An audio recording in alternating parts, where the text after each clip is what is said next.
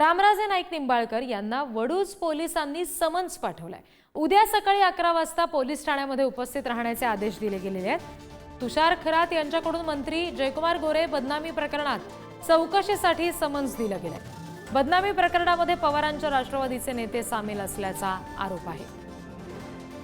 आणखी तपशील घेऊयात, प्रतिनिधी सुशांत सावंत आपल्याशी जोडले गेलेत त्यांच्याकडून। सुशांत, नेमका काय आरोप या सगळ्या संदर्भात केला गेलेला आहे? समन्स मध्ये नेमकं काय म्हटलंय?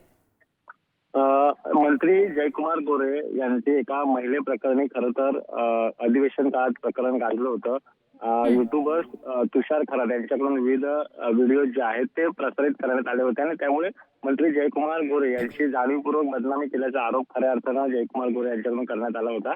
आणि यामध्ये शरद पवार गटाचे काही नेते सहभागी असल्याचा देखील आरोप झाला होता।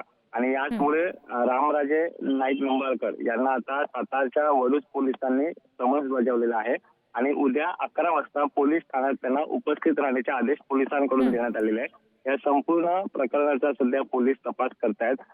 तुषार खरात यांचा बोलवता धनिक कोण हा शोधायला हवा असं खरं तर जयकुमार गोरे यांच्या समर्थकांकडून आणि त्यांच्या वकिलांकडून सांगण्यात आलं होतं आणि त्याचमुळे कुठेतरी पोलिसांकडून आता तपास जो आहे तो केला जातोय।